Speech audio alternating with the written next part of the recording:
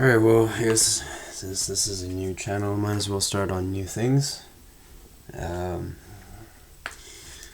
so this video I'm going to be talking about beginners at the gym. Okay, there's a lot of sources out there for you to watch and learn from. Usually, for myself, my humble beginnings, I did not need a personal trainer. No sir, I didn't need that. But what I did utilize is YouTube, which you are probably doing right now. Otherwise, how are you watching my video? Alright, so we're talking about YouTube. Best place to start your journey into fitness. Maybe if you have a friend that's already into fitness, maybe that's a good thing, because that's what I had to. But heavily relied on YouTube as well for professional and experienced advice. Okay, so there's a lot of advice out there. Some of them may contradict others, and some of them may not be inclined to others, even though they're talking about the same topic, maybe different perspectives. So if we're talking about, for example, how much you should train, right? Some people would say, okay, so you should work out one day, then skip the next day, then work out the next day. Okay, now, right, that's pretty funny. I don't really do that. What this means, though, what they're trying to explain here is that you intensify on the first day, right? So it might be a push day, which I will explain further in other videos, or you could just search it on your own time, figure out what push is. But basically, push day on one day and have a rest day. So in your rest day, this is your recovery phase. What you usually would do is try to flush as much protein into your body as possible for fast recovery. Also the vitamins and minerals for your overall health and vitality. And also because of something called DOMS. Right, so maybe if you did leg day on this day, you're going to experience something called DOMS. This is delayed onset muscle soreness. Okay, so that's what you feel the next day when you go hard on the gym. You'll feel DOMS. Okay, and then there are those who, work out 1, 2, 3, 4, 5 days of the week, and they leave the weekend to rest, or you can kind of see where I'm going with this. There's a lot of different ideas out there, but it really is up to you which one fits for you. There is no right or wrong. Although if you are a beginner, I wouldn't suggest you going for every day. Okay, just remember, this is a marathon, not a sprint. You don't need to work out every day and expect to make gains fast. Okay, so what I would typically do, right, as a beginner, is work out maybe 2 days, and then on the third day you take that rest, and then you work out again 2 days, right?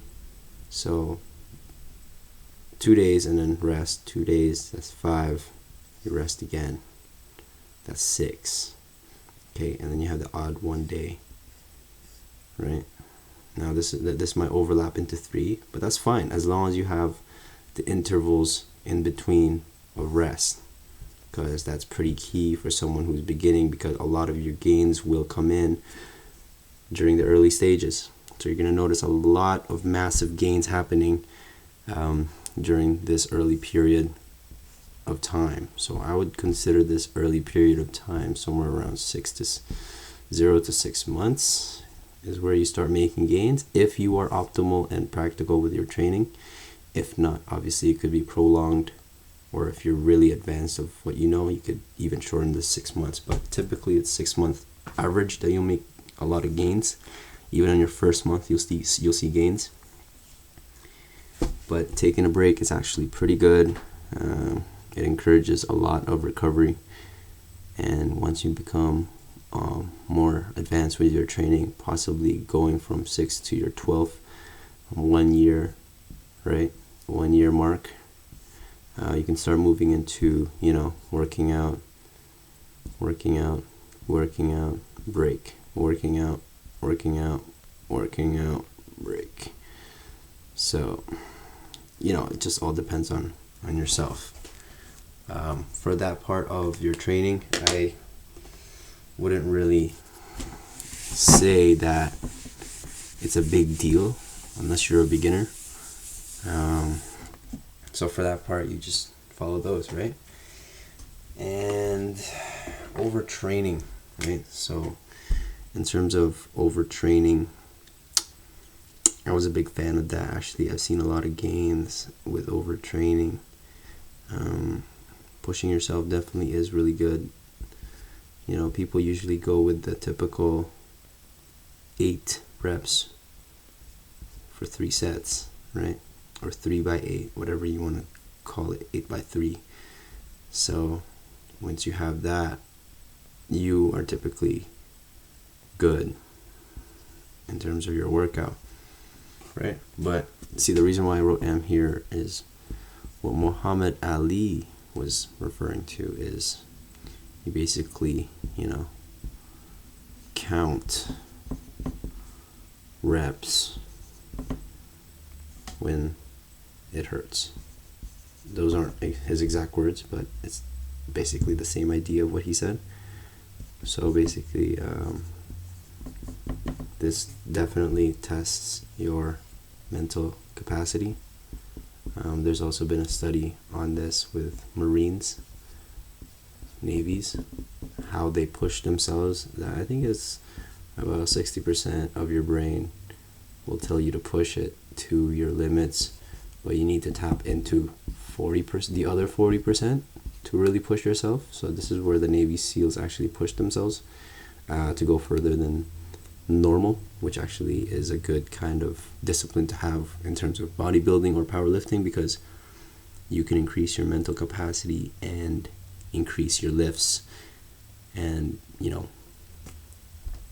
utilize your time in the gym, because when you're in the gym you want to make use of your time, and when you go home you got to make sure you killed it so that you're just recovering at whatever pace you're at home. So 8 to 3 is good. Typically that's what I use for normal training. But in terms of overtraining, I was a huge disciple of this as well, of overtraining, right? What you want to do for overtraining is basically, what Muhammad Ali was saying. Count the reps when it hurts. So when you're starting to hurt, maybe at your 12th rep, right? Given the fact that it's not lightweight, you got to do some kind of decent amount. Then count out the painful reps. That's what I'll call it, the painful reps. So we'll do 1, 2, 3, 4, 5, boom. That's where you're gonna make the gains. Okay. Now, I'm not really specifically talking about one thing in general and focusing on one thing. I'm kind of all over the place here, talking about different things and different ideas here. But if you're working out, you're hitting plateaus, this is just a great reminder that you're only tapping into your 60% potential, given the fact that you're doing the same weight, obviously. So I'll give you an example for me, right? On the bench, I would do maybe 70-pound dumbbells, right, for a chest exercise, flat bench. And this right here actually is my limit, or my perceived limit. Now, why I say perceived is because I don't really have the courage to go higher, although I can push 8 reps for 3 sets pretty comfortably. Now what that means is if I can do 70 pounds for 8 reps, 3 sets comfortably, then I know I could definitely go for maybe an 80, not even a 75, because this is really good. If you can do full sets, full reps, then you, in my opinion, have mastered this weight, whatever weight you're doing. So that's why I know I can do 80, and that's why I'm saying it's my perceived weight. But the thing is, I'm focusing on form. That's one thing you need to do. If you want to make gains, focus forms. Tearing up your muscle fibers even further, right? Muscle fibers, right? Look into that. If you don't know, I'm not going to really teach you much about that. It's pretty self-explanatory. Also focusing on those micro tears, right? And yeah.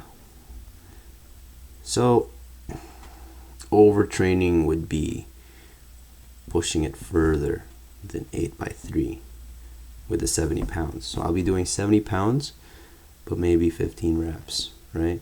15 reps. Now, I know there's going to be a lot of critics saying like, okay, if you do more than 10 reps, because the ideal range is from 8 to 10 or 6 to 10 or 8 to 12, whatever their ideal range is.